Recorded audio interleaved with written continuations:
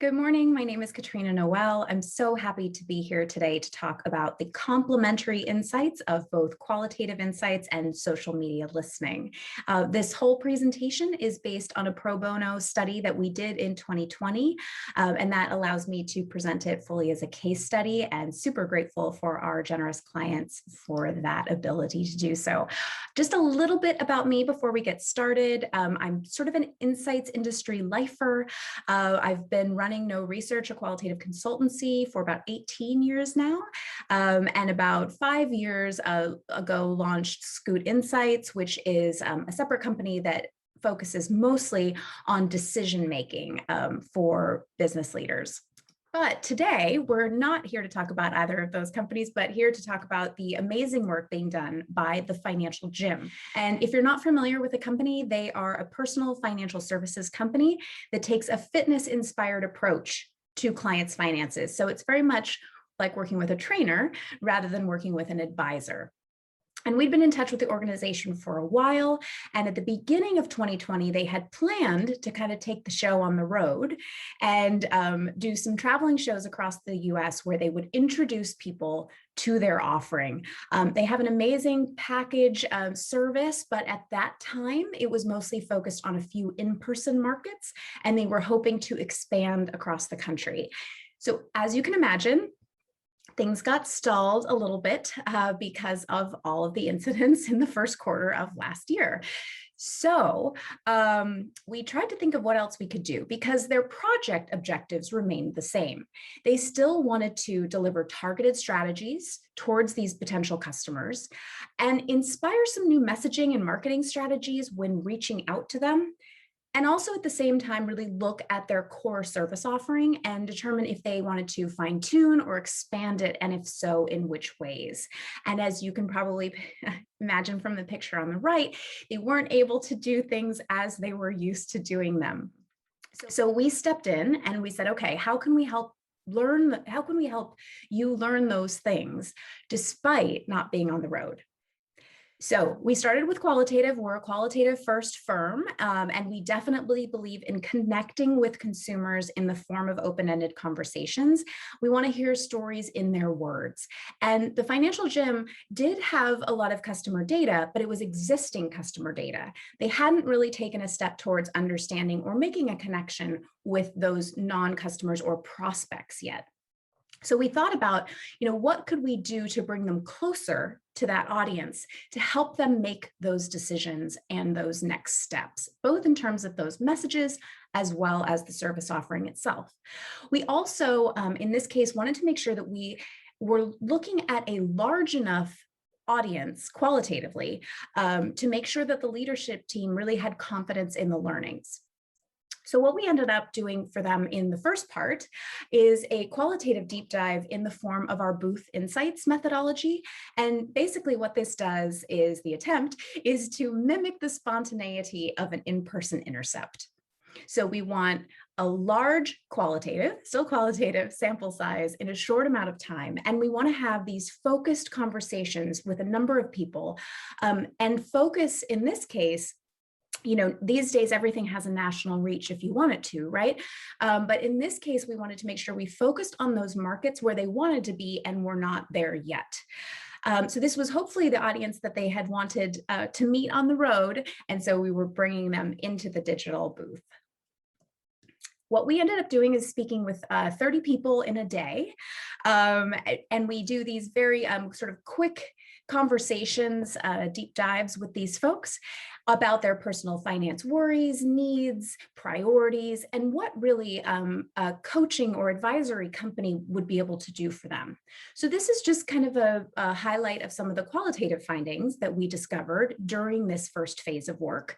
And it was really a lot about control, security, feeling like they were proactive about their finances and growing more knowledgeable at the same time. So we really encountered not a set it and forget it mindset, but a really help me learn and grow, which is, as you can probably imagine, very closely aligned with the Financial Gym's training goals.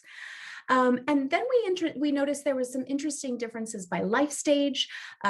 With these sort of more younger participants were seeking knowledge to kind of get in the game or get revved up, get started. really working on their personal finances. And then we did hear some openness in these conversations to a potential, paid service model, where really, if there was a focus on education and action around goals, people could really see the value in an ideal service like that. And they really spoke to the need for a tiered model, that it wasn't a one size fits all, that this would hopefully be something that could be tapped into to various degrees based on your life stage, your goals, and the level of hands-on help that you might need. So really valuable findings that set them on the path of definite solid learnings for their next step of decisions.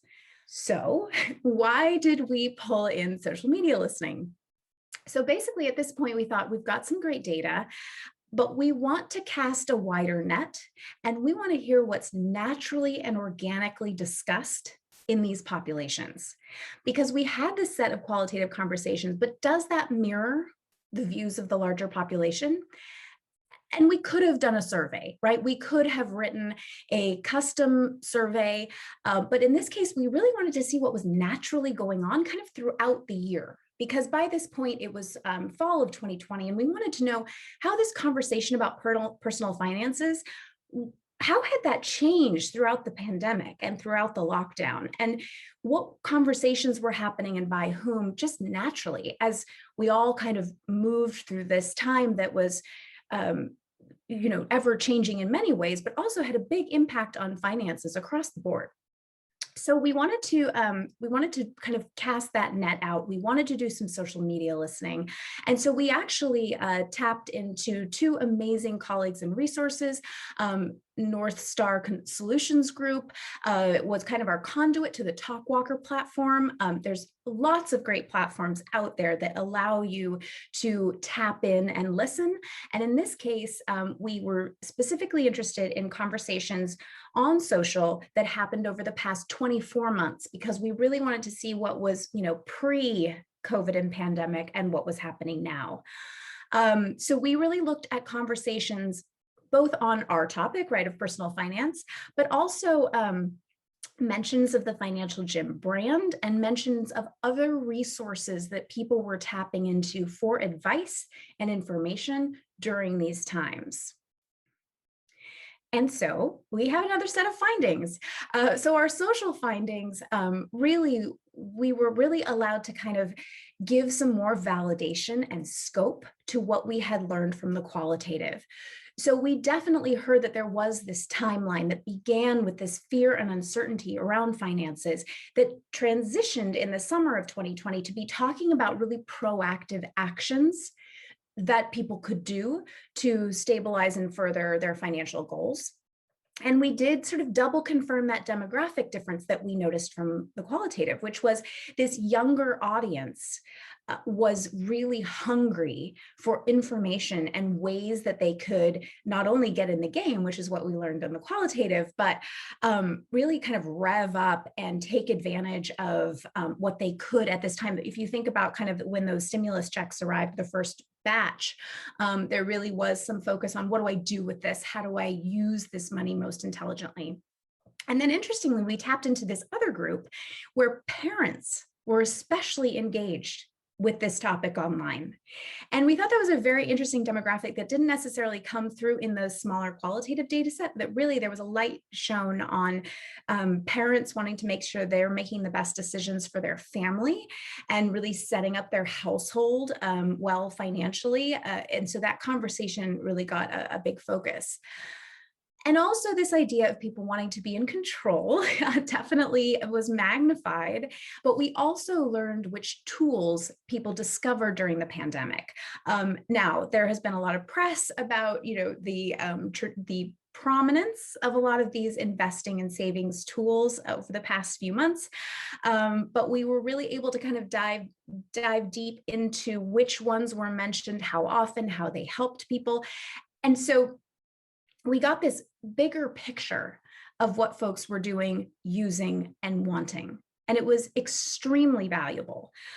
Just a little quote here from our partners at North Star Solutions Group, which is really saying that this is very important right now to bring social media analysis into consumer research projects, we really felt like this was a very complementary set of methodologies, because they were able to help us identify these tangible insights that informed and complemented the qualitative. So it really was a pairing of data sources.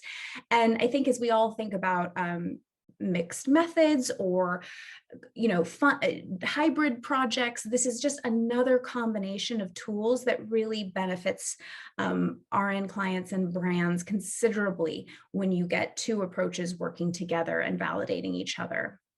So if you remember, they had come into this, the financial gentleman had come into this looking for a few different sets of objectives. So we found that this targeting strategies for their potential customer base and the inspiration to develop messages and marketing strategies and campaigns, those goals were benefited by the combination of the social and qualitative approaches.